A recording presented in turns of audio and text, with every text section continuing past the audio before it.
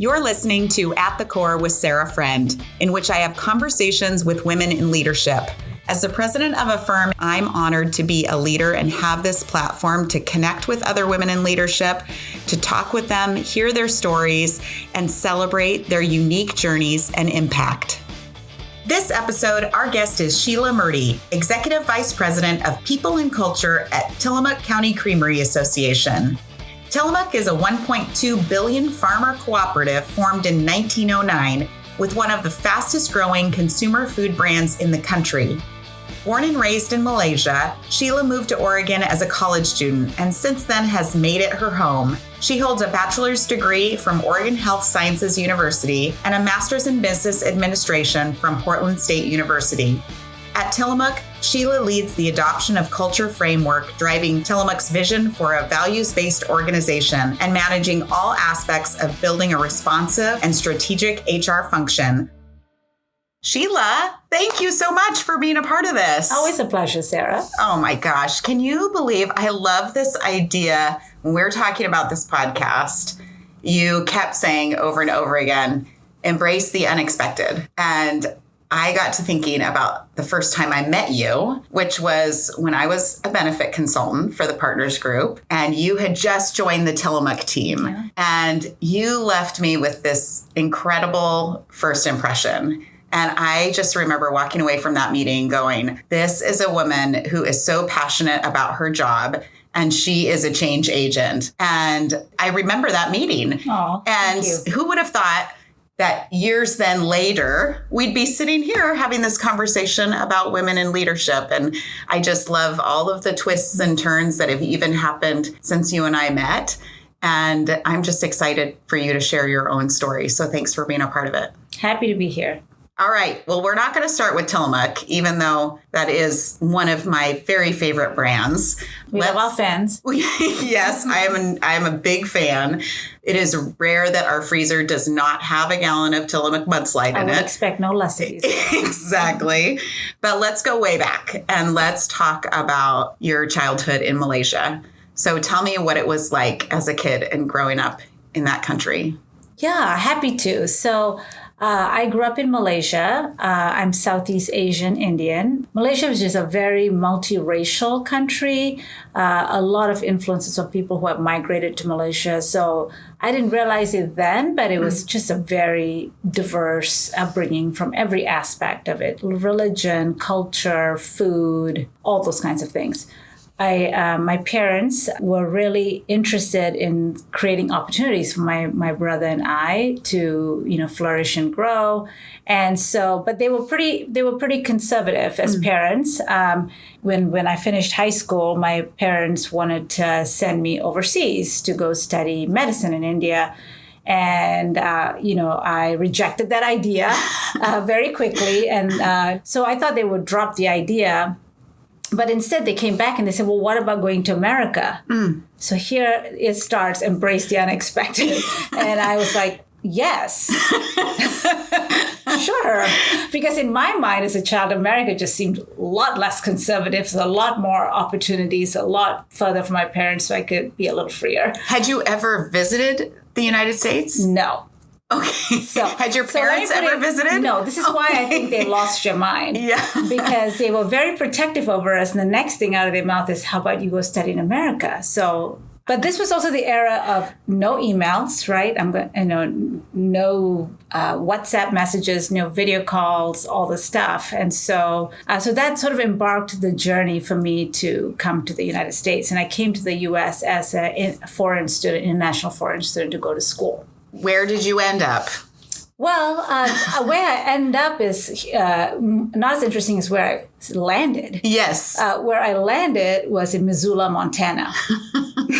How? Okay. Very tropical. Yes. Malaysia to Montana. Yeah. Let's go. So this is what happens when you pick a college out of a catalog. Yeah, printed catalog. Because unlike today when, our kids get to go visit colleges and all of that, I didn't really have that option. So it was about what schools had the programs that we were looking at, what was attached to the college I was going to in Malaysia. And there was a number of colleges, and University of Montana in Missoula was one of them. So I landed in Missoula, Montana. absolutely one of the most gorgeous places ever, and brutally cold, as you know. And I started off studying microbiology, which I always say microbiology is a study of culture. Somehow, in a long, circuitous way, I ended up doing culture, different kind of culture today. Yeah. And so then where did you go? Where you landed in Missoula, then what?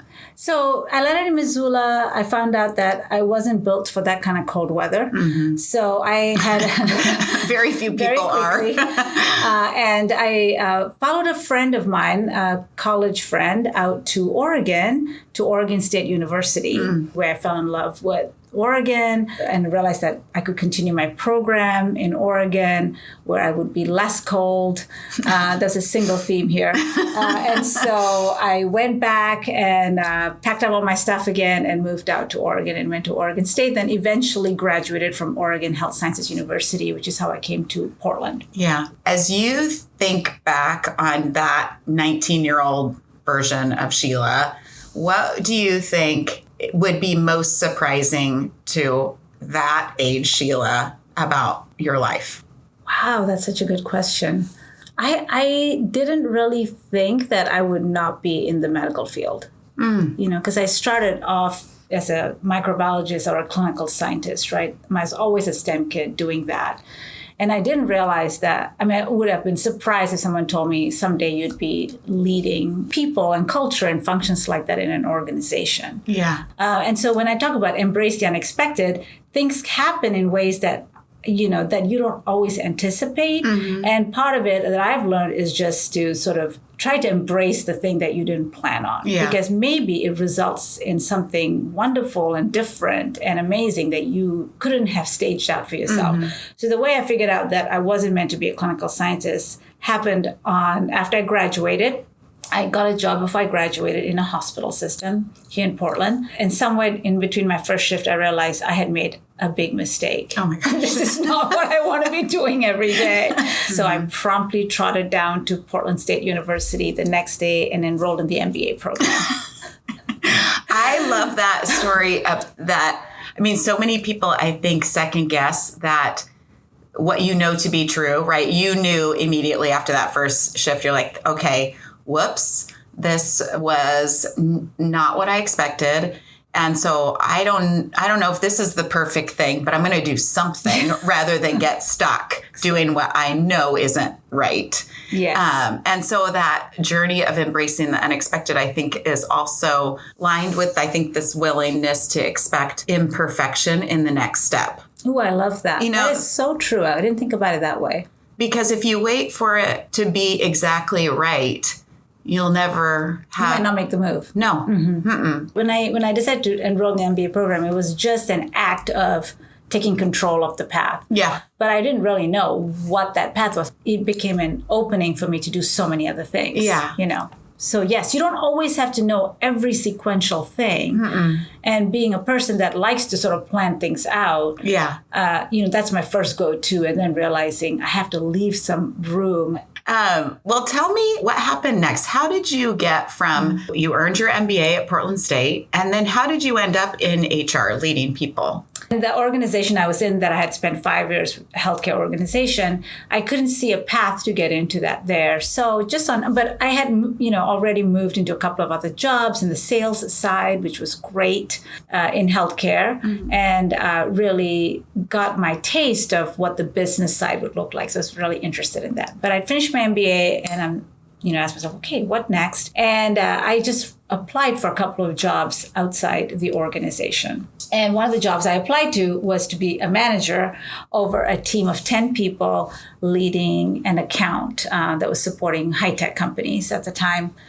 I went in for the interview with the general manager, who was this amazing woman that I met, and she interviewed me and she invited me for a second interview. And all the time I'm thinking, did she know I don't have any experience managing people? But she just continued to court me for that role. And ultimately she offered me the role. And I still remember that moment thinking, I still think she got the wrong resume, but okay, I'm just going to go with this. And it was a remarkable experience. It was a small company. You had to do a lot of everything. You had to learn a lot about everything. And it was a very small company and had a lot of challenges. And one of it was it didn't have infrastructure around HR and all of that. So when we had vacancies, I found myself recruiting for positions on my team.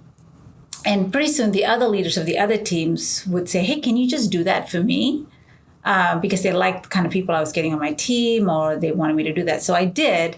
And that is my accidental story, how I fell into recruitment. And I realized, man, I really like this. I might be actually pretty good at this because people keep asking me to do it. And I think sometimes people see things in you that you don't see in yourself. And I think that's a gift. Because then I think you need to learn how to say, yeah, okay, sure. Why do you see that in me? And why do you have confidence I can do that? And then say yes, take the opportunity when you can. And sometimes going one step further and asking for that opportunity where you might see a possibility of where you can expand your skills or contribute. I love that idea of why not me? Yeah. Right. I think many of us have heard of that Hewlett-Packard study around men generally apply for jobs that they can check off 60% of the job qualifications, and women wait until they can check off 100% of the job qualifications before they apply. And I read a subsequent study that was published in the Harvard Business Review about those findings. And the author or the researcher in the HBR study basically said, I've been hearing about this study, and what people generally conclude is that women just need to be more confident. And she said, well, when I thought about my own experience, it wasn't really about a lack of confidence. There were other barriers that were stopping me from applying for these jobs. And so she actually set off to do this study to see if her experience was similar to others. So she ended up surveying like over 1,000 men and women. And what she found in her study is that the top 3 reasons now, and it was much more predominant for women than men, that we don't apply for jobs and don't think, why not me, is actually more about not understanding the hiring process than having confidence about the skills. Because lots of times intuitively, if somebody asks like, do you think you could do that job? And you're like, yeah, I could do that job, but I'm not applying because they clearly set out these 10 things that you have to be required for. And I either don't want to waste my time, because if I can't check all 10, then I'm not going to get the job.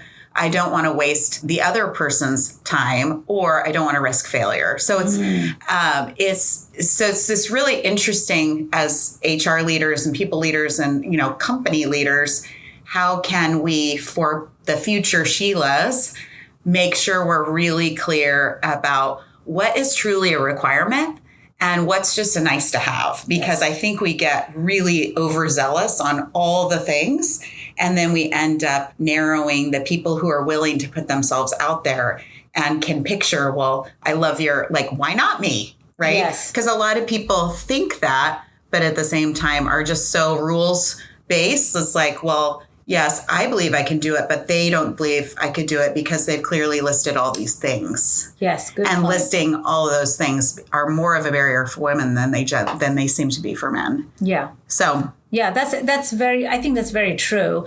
And I think there's a lot I resonate with there. And I think it is important, as for me in my role, part of it's over working with leaders and how we define roles and what we look for, is to really do a double click on what is it that you absolutely have to have in this role, and what are the things that you can develop, or the things that are negotiable, or things that are even different that you haven't thought about that could be additive to the role, right? Yeah. And I think there is something about, do I have the opportunity to fail? Mm-hmm. What risk is that? And the risk might be greater when you look at it from, a standpoint of a woman in this situation than somebody else, right? Who might be like, okay, well, I'll have another opportunity. I get over failure faster. Yeah. Yeah. And I think the other thing is, when we create those opportunities for people to stretch and grow, we have to think about, how do we structure them for success? How do we equip them to learn about the business? Who are the formal or informal mentors and internal support system that we can provide for them? Mm-hmm. And how can we put them in places where they can enable their success? Yes. How did you end up at Tillamook? Well, I'll tell you a story about that. So I mentioned that I came to the U.S. as an international foreign student, right? And then how I came to Oregon. So when I came to Oregon State University, they structured different activities for students to learn about the area, especially international students who are not from the area. So one day I signed up for one of these city tours when I was at Oregon State University, or learn more about Oregon tours. And it was a bus trip to a different place. And the bus trip was to the Tillamook Creamery. And so I went there way back when I was a student. And so I always like to say my love affair with Tillamook started a long time ago. So I was a fan for a long time. I always have had a love for Oregon-based brands, the place I live and what contributes to the economy here.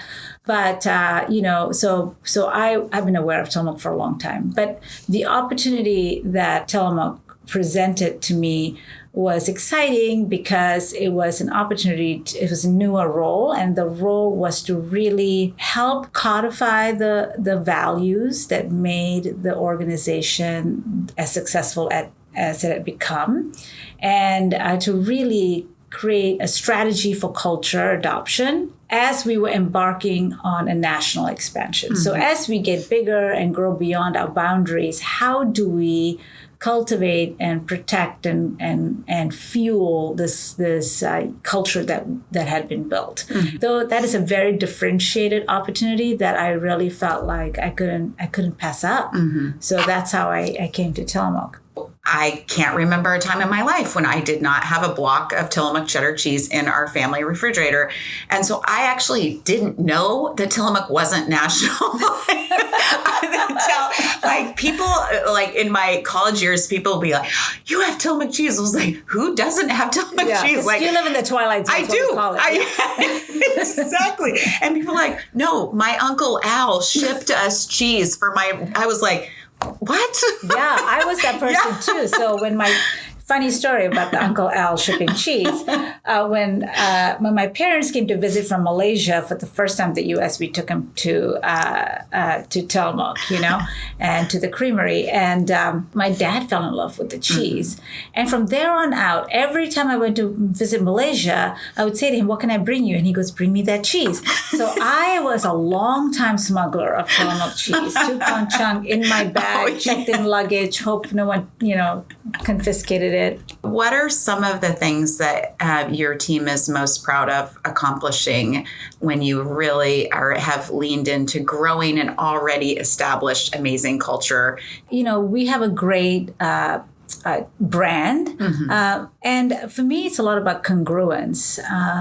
How we talk about these values, these 5 values that we hold near and dear to our hearts, and how do we demonstrate these 5 values around uncompromising quality and around play to win and one team and being, good stewards and genuine care. Those are the 5 values. And it's not, we really started this work inside out. So I feel like culture is an inside job. You got to embody it. People have to subscribe to it and believe that it's true.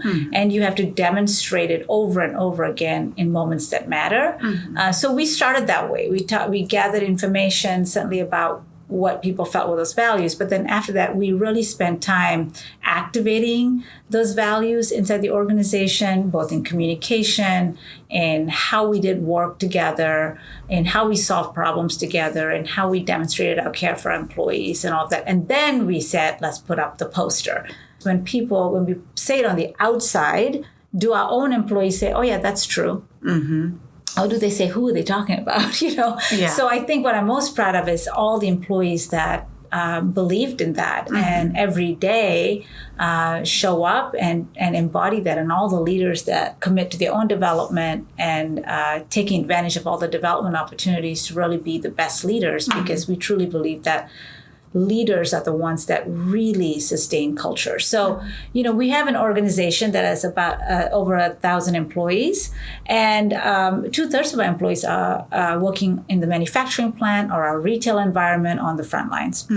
And they don't all sit at the computer and read emails or get memos. So how do you transmit culture in those environments that you don't just send a memo? So I always say culture can be memoed. You have to have it show up, and you have to have it show up in times that matter, when you're making decisions, when you're talking with employees. So leaders are really instrumental, and that's what I'm very proud of, is all our leaders now, people who've leaned into this and feel very committed to what we're doing here. And we always say culture is our only real competitive advantage, and our goal is to create an enriching and fulfilling place for employees to come bring their talents. When did you figure out that leadership was something you would want to raise your hand to do? Well, I think for me, I was fortunate because every step along the way, and the many different stories from every movement I made, from the first time I was in the lab, when I realized that was what I wanted to do and I signed up to go to school, I continued to work in that lab for 2.5 years while I went to school. And it was the supervisor in my lab that saw a job posting that was posted on a bulletin board in the hospital and said, "Sheila, you should go apply for that." And I said, "Well, I don't know how they would hire me for that role." And he convinced me, "You're getting your MBA. Of course they're going to think about you for the role. You should apply for it." I had many stories like that along the way. And I think it made me realize what an impact you can have as a leader. So giving permission and allowing and enabling and seeing the potential of people and seeing them flourish and grow made me realize what an important role you can have as a leader. Yeah. And that's when I became a believer of it.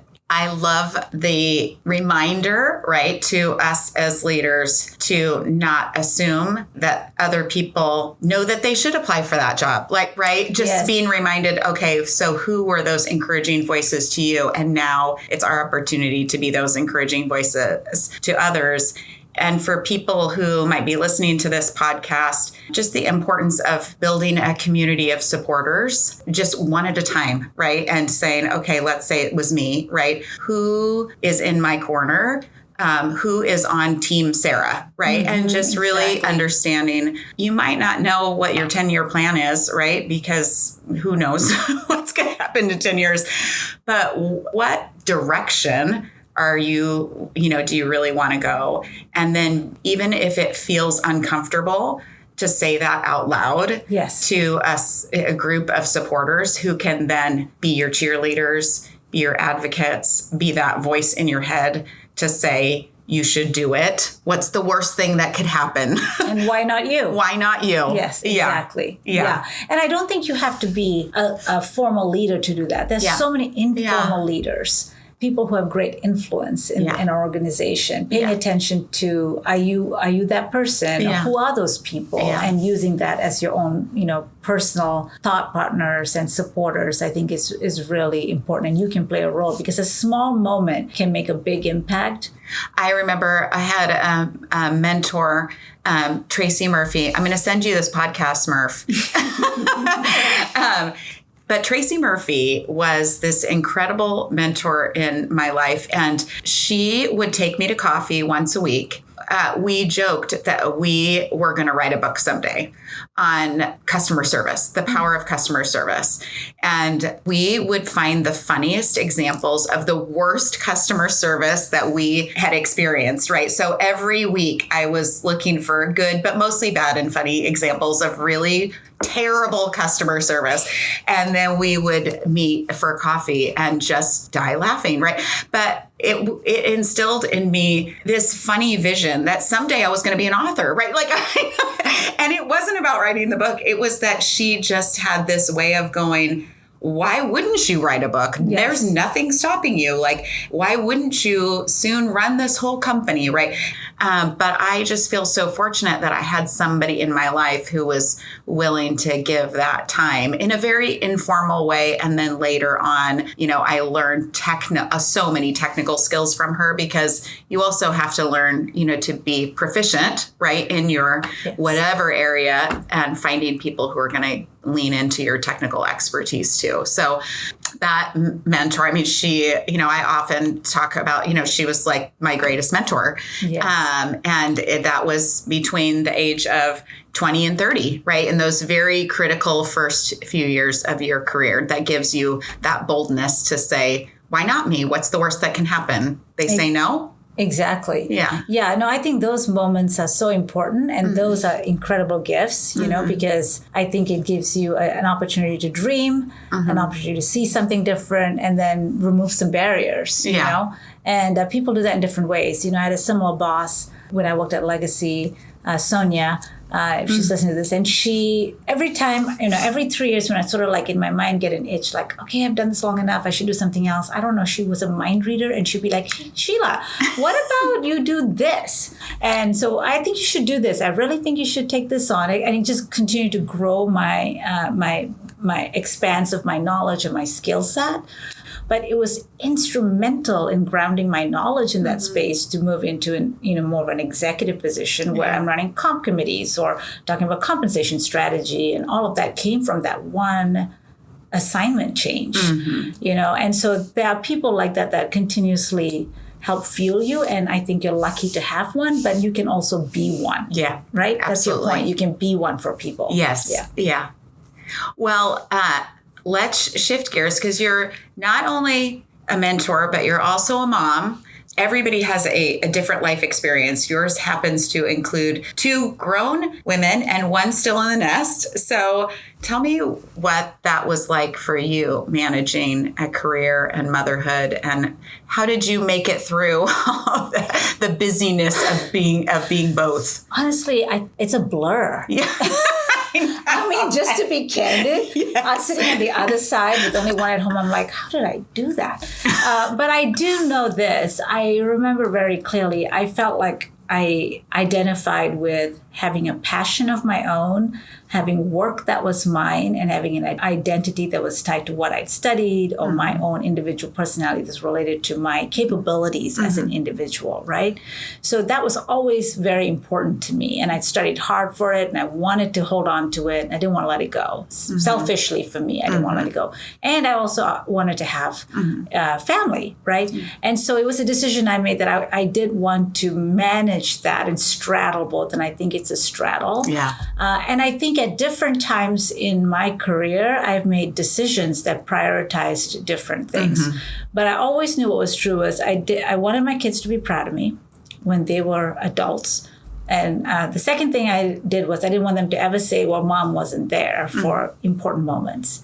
So those were my 2 things that I sort of tried to anchor in. Yeah. And we were 2 working households. So both of us, my husband and I both worked, and then we had these 3 kids and every sport in between and ages and all of that. I know many families have that. And, we had we didn't have a family support structure here, but we had great friend support structure. And we really leaned in on that. I really, truly believe that if I wanted to change the workplace for women, I had to be in it to change it. Well, I can't change it unless I'm in a position to change it. So I always felt like I need to stay in it if I wanted to influence it. And of course, some of the biggest changes have come later as I've been in a position to set policies or set workplace conditions and change that, right? And I think it's really important for me to model it. So one of the things that I do is I model. I mean, I don't hide the fact that I have kids and I have something to go to, and I'm going to go to that. And I have said to people like early on, when you have to leave for something as a leader, leave loudly. Don't sneak away and feel guilty about it, because by leaving loudly, you actually set conditions where people who work for you know it's okay for them to do the same. And I think that gives you permission to have the things that you value in your life. Yeah. Is it always in balance? No. Sometimes it's off balance this way or that way, but having the flexibility to do that, I think invites people to stay in it longer, to contribute their best work and feel that they're trusted to do it. Yeah. Your journey around diversity, equity, and inclusion sounds like it started at Legacy. What are you working on that is most important to you today around DE&I? Yeah, so my journey started there, and it was a total embrace the unexpected, accidental thing, and I'm very grateful for that, because it was actually one of the most pivotal moments, I think, in my career, where I had thought we should have a strategy and a plan around diversity, equity, cultural competency in healthcare at the time. I was able to take the lead in this body of work that honestly I had no business doing because I did not have any formal education in it. I was not trained as a practitioner. I just felt that it was really instrumental to our strategy at the time. So I ended up forming this diversity advisory council throughout the whole organization and becoming the diversity officer for the organization. And then so it's been a journey, and I think today, what I'm focused on a lot is around, we have an inclusion-centered approach at Tillamook, and we seek to create space for us to apply our values, recognize that we don't all come from the same lived experience or have the same challenges, but that it's important for us to value differences. And to learn how you might be able to do that is learn first about yourself, and then be curious and learn about others, and in doing so widen your lens a little bit, both at work and outside work. We celebrate different heritage events, we call it, whether it's Black History Month or Hispanic Heritage Month or Women's History Month. But this last year we've used this year we've been using food as a way to connect, because food has a lot of implications for many different cultures and how we create and preserve memories and knowledge. And so being a food company, we find that maybe we can use food as a way to expand knowledge about culture. So we find different ways for that to be relevant, and where we can invite employees at all different parts of our organization to try to engage in it if they would like to, and invite them to engage in it. Yeah, that's amazing. What's a story where you really learned from getting something wrong? There are more than one of those. For me, I think, there was a time where I was working for this leader, and, I was charged with sort of expanding some of the services we were offering. I decided to go about that. It was a great opportunity for me to sort of showcase my skills and my abilities in doing that. And in the course of that, I missed gaining input from some very critical people who needed to really feel excited about what I was doing. I felt like I knew the answer, fast on my feet, I can get this done. And I was really excited to do it. So I went about embarking on this effort and created this whole structure and shared it with the leader, and then shared it to this broader audience, and received a ton of, well, what about this? And what of that? And how is that going to work? And what about that? And, I felt like, oh God, I felt defensive and a bit embarrassed about the whole thing. But in the course of that, I learned a lot, which I wish I didn't have to learn that way, which we probably could say about a lot of things that didn't go well. But in hindsight, it's a memorable learning experience, because I felt like if you want to succeed, you have to understand what people have to gain or lose, or in a situation, and how do you, without direct management responsibility over, even if you do, I would argue, even if you do, how might you bring people along? It goes a long way in the latter part of an effort. Well, you're not alone. I had a similar experience, and it was like the first month that I was promoted into this, big leadership job. And in my brain, and, in my 30 days into the job, right, the path was clear, right? I knew exactly what change needed to happen, the reorg, right? And so I shut my door and had Post-its all over my wall and completely reorganized this whole team. And then without any input, and I went back to the person who was, most impacted by this and was so excited to share this grand vision. And you can imagine, right, the response. Yeah. And I deserved every bit of that reaction, right?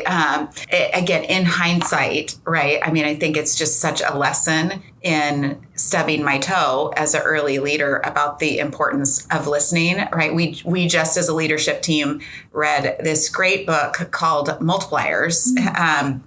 The author's name is Liz Wiseman. And there's this whole concept, right, around just really as leaders, the importance of curiosity. You know what you think you know, right? And then leading through questions, right? And this whole idea of starting with a question, right? And stopping yourself from jumping to the solution that may be clear in your own mind, what you think is clear in your own mind, but how do you really engage and make sure that your team, who deserves, right, to have a part in the solution, that you don't become what she calls a accidental diminisher, because nobody wants to, be that person who did what I did, right? And it's not a good feeling. You do it by accident.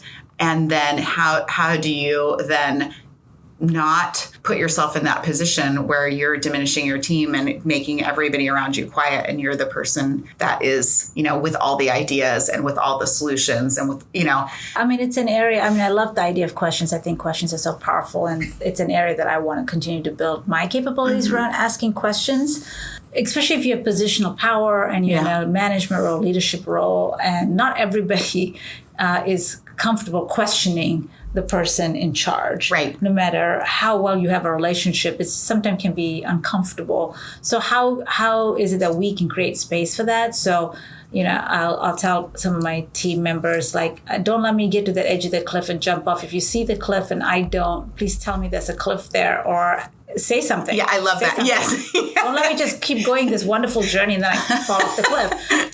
Okay, you talked a bit about Tillamook's core values, and I love the process that you explained about how you went about that. It feels similar to what we did really about 5 years ago. We took a hard look at our values and said, after some deep learning, said, okay, our values are just basically something in a handbook that we don't really refer to. They're gathering cobwebs, on the shelf, but they aren't alive. They don't represent what is alive and well in our organization. We have core values that are alive and well, but they aren't reflected in the words that we use to describe them. But can I share our core values with you? Some of them are very similar. So our first is play well with others. Our second is own it. So do what you say you're going to do. Be a champion. Create winning solutions for all. Have fun and live well, which speaks for itself. And I think we do it really well around here. And then our fifth is be curious. I love them all. Those are really great. Thank you. I love them because they're simple. It's you can understand them and you can act on them. I think that's the critical piece of it. They all resonate with me. That's the problem. Play well. We have one that's play to win, but play well with others is one that resonates with me because it's not about just being nice. It's about how you work. Yeah. And how you work can make a big difference in how you win. Yeah, I love that. So play well with others might mean caring for each other. And play well with others might be giving feedback and providing that in a clear and kind way so that people can shift behavior, do more of what's going well, understand what's expected. I think play well also means share in the win together. Yeah. Because when you play well with others, you celebrate each other's success.